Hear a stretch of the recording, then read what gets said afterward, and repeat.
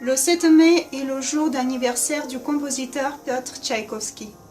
Cette année 2020, le monde célèbre les 180 ans depuis la naissance de ce génie russe. L'agence Star Voyage et moi, nous voudrions aussi rendre hommage à cet homme remarquable. Je m'appelle Anna, je suis guide de Moscou et je vous propose de faire un voyage imaginaire par les adresses du compositeur à Moscou et aux alentours. Et par la suite, pour compléter, n'oubliez pas de passer à la vidéo de ma collègue de Saint-Pétersbourg pour découvrir la vie du compositeur dans notre capitale du Nord. La ville de Moscou a joué un énorme rôle dans la vie et l'œuvre de Tchaïkovski. Au cours de la période moscovite, sa personnalité artistique unique a pris forme. Ici, le compositeur a trouvé ses amis qui non seulement partageaient ses idées et contribuaient à son épanouissement artistique, mais l'aidaient aussi à résoudre des problèmes quotidiens. Tchaïkovski a écrit les mots suivants sur sa vie à Moscou. Il n'y a pas de doute que si le destin ne m'avait pas poussé à Moscou, où j'ai vécu plus de 12 ans, je n'aurais pas fait ce que j'ai pu faire. Piotr Tchaïkovski est né en 1840 à l'Oural, dans une famille respectable et aisée. Son père dirigeait des installations minières d'État et sa mère appartenait à une aristocratie d'origine française. Le garçon a reçu une formation correcte à l'école de droit à Saint-Pétersbourg, capitale de la Russie à cette époque, et par la suite il est entré au service au ministère de la Justice, où sa carrière allait bon train. Mais puis il déménage à Moscou, où il arrive en tant que musicien. Je crois que c'est un détail très important parce que Tchaïkovski prend la décision de se consacrer entièrement à la musique à l'âge de 23 ans, à l'âge de raison, en allant même dans une certaine mesure à l'encontre de l'opinion publique et en renonçant à une vie assurée. En 1865, Tchaïkovski a terminé le conservatoire de Saint-Pétersbourg, dont Anton Rubinstein était directeur. Son frère à lui, Nicolas Rubinstein, travaillait alors sur l'ouverture du conservatoire à Moscou, sous l'auspice de la société musicale. Il a invité le jeune promu Tchaïkovski à le joindre en tant que professeur. Depuis l'année 1866, où Tchaïkovski a fêté ses 26 ans, il enseigne. Ses contrats avec la Société musicale de Moscou sont conservés dans les archives et nous savons que le règlement de travail était très sévère et que Tchaïkovski ne disposait pas d'argent. Au cours de la matinée jusqu'à 3 heures de l'après-midi, il enseignait d'abord pour le conservatoire et par la suite il donnait des cours particuliers. Et le soir, il fréquentait des concerts. À cette époque, il s'est engagé aussi auprès des journaux moscovites en tant qu'en critique musicale. Au début de sa vie moscovite, Tchaïkovski habite chez Rubinstein, à côté du conservatoire. Il est à dire que les premières œuvres de cette période de la vie de Tchaïkovski apparaissent grâce à cet homme. Notamment l'œuvre qui lui a apporté son premier succès, la symphonie numéro 1, qui était surnommée par Tchaïkovski Les Rêves d'hiver. Elle est écrite en 1867 et présentée au public l'année suivante, orchestré par Rubinstein. Le directeur du conservatoire de Moscou a pu réunir autour de lui des gens remarquables et inspirés, étudiants et professeurs, mais aussi hommes de lettres et artistes. Ce cercle artistique se retrouvait souvent au cœur de Moscou, à côté de la place théâtrale. Grâce au cercle artistique, Tchaïkovski a fait connaissance avec Alexandre Ostrovsky, un dramaturge éminent russe du XIXe siècle, dont les œuvres constituent la base du répertoire du théâtre dramatique national. Les deux hommes éprouvaient un grand respect mutuel et leur collaboration artistique allait être fructueuse. Mais alors a vu le jour le premier opéra de Tchaïkovski, Voïvode, fait sur le livret d'Ostrovsky. Tant pis que l'opéra n'a pas connu de grand succès, mais la mise en scène se tenait dans le théâtre Bolchoï. Bolchoï avait déjà le statut du théâtre impérial à l'époque, et c'était sans doute bien pour le jeune compositeur. En revanche, une autre collaboration des deux maîtres a donné naissance à une œuvre magnifique, La fille de neige, ou en russe Snegorochka. Un spectacle musical muni par un conte populaire. Au milieu du XXe siècle, suite à la mise en scène du chorégraphe soviétique Vladimir Bourmeister, La Fille de neige était surnommée le quatrième ballet de Tchaïkovski. Voici l'histoire. En 1873, le responsable du répertoire du théâtre Bolchoï a eu l'idée d'un spectacle féerique réunissant 3 troupes des théâtres impériaux, celles dramatiques, d'opéra et de ballet. Alors on a demandé au dramaturge Ostrovsky d'écrire la pièce et la musique était commandée à Tchaïkovski. D'après les mémoires de Tchaïkovski, quand il travaillait sur ce conte de printemps, il avait le cœur léger, parce que c'était au tout début d'un vrai printemps et cette saison lui inspirait une humeur poétique.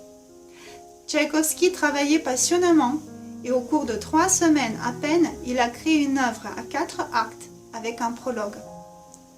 Dans cette période de sa vie, Tchaïkovski avait déjà quitté l'appartement de son ami Rubinstein et louait tout seul des appartements meublés. Il a changé 8 adresses à Moscou, mais uniquement la maison à la place Koudrinskaya a survécu jusqu'à nos jours. Tchaïkovski logeait là-bas depuis l'automne 1872 jusqu'à l'automne 1873. La Fille de neige est une des œuvres créées dans cette maison qui abrite actuellement le musée moscovite consacré à Tchaïkovski. Dans les années 1870, Tchaïkovski crée les opéras L'Oprichnik et Vakula le Forgeron, les symphonies numéro 2 et 3, Le Lac des Cygnes. Les œuvres de cette période seront connues et aimées dans le monde entier, mais pour le moment, elles étaient souvent critiquées dans son pays. En décembre 1876, Tchaïkovski a fait connaissance avec Léon Tolstoï. Le grand écrivain lui a rendu 2 visites et Tchaïkovski se disait infiniment flatté par cet intérêt. Suite aux démarches de Tchaïkovski, le Conservatoire de Moscou a organisé une soirée en honneur de Tolstoï. La même année débute une liaison amicale avec Nadijda von Meck, une femme dont le rôle dans la vie de Tchaïkovski est également éminent. Pour la première fois, il l'a vu et pu apprécier son talent en 1873 lors de la présentation de sa Tempête au salon de la Société musicale de Moscou.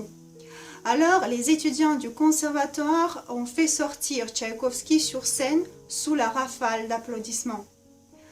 Après une tragédie familiale en 1876, elle lui a écrit une lettre où elle lui proposait son amitié et commandait quelques œuvres pour le piano. Ainsi a débuté leur correspondance, qui a duré 13 ans sans qu'ils se rencontrent. C'était une des conditions de cette amitié par correspondance. À Moscou, il y a quelques maisons appartenant à l'époque à Madame von Meck et où Tchaïkovski séjournait en absence de la maîtresse. Nadijda von Meck est le destinataire de la symphonie numéro 4 de Tchaïkovski qui était consacrée par l'auteur à son meilleur ami. En mai 1870, de sa propre volonté, Tchaïkovski cherche le sujet pour un nouvel opéra, qui sera Eugène Onegin. Il était complètement absorbé par le sujet lyrique de ce roman en vers d'Alexandre Pouchkine.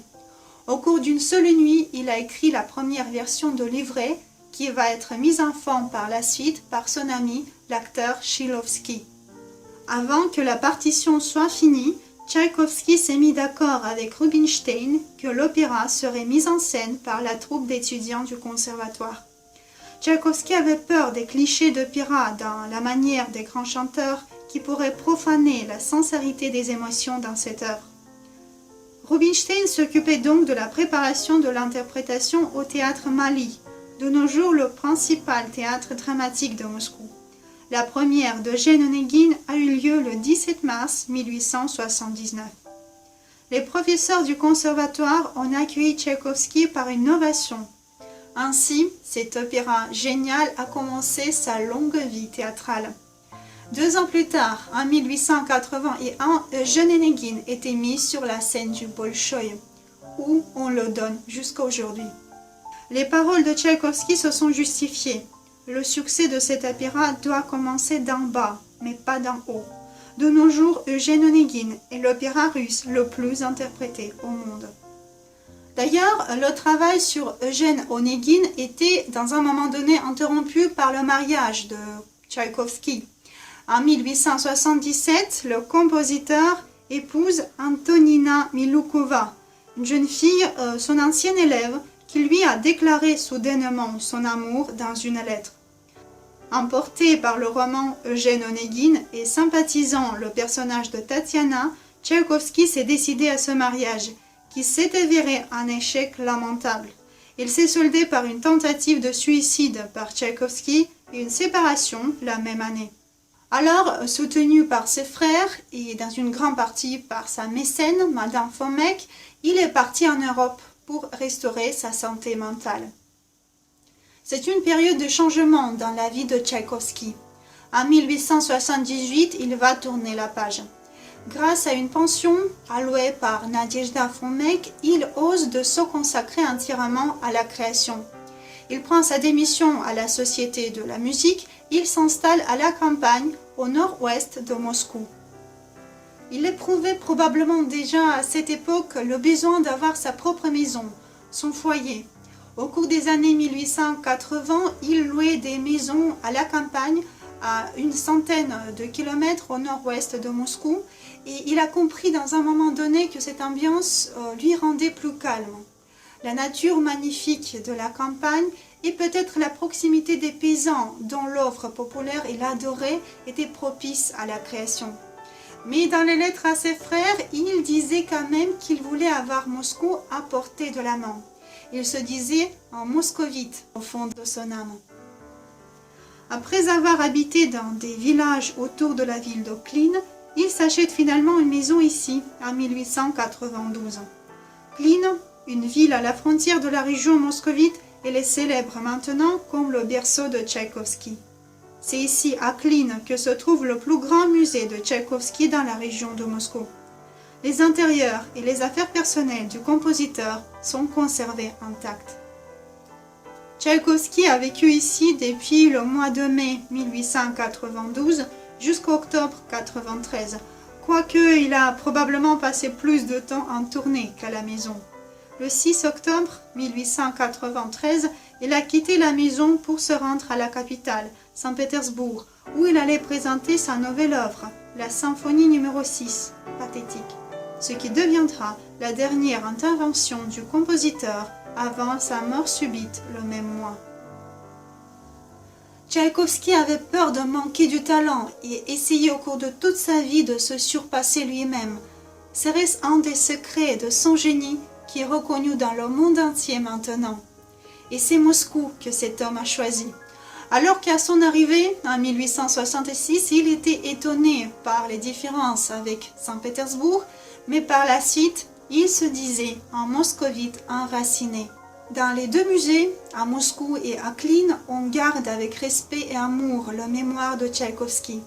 Ces maisons nous laissent entrer dans le monde du compositeur avec ses tragédies et ses joies.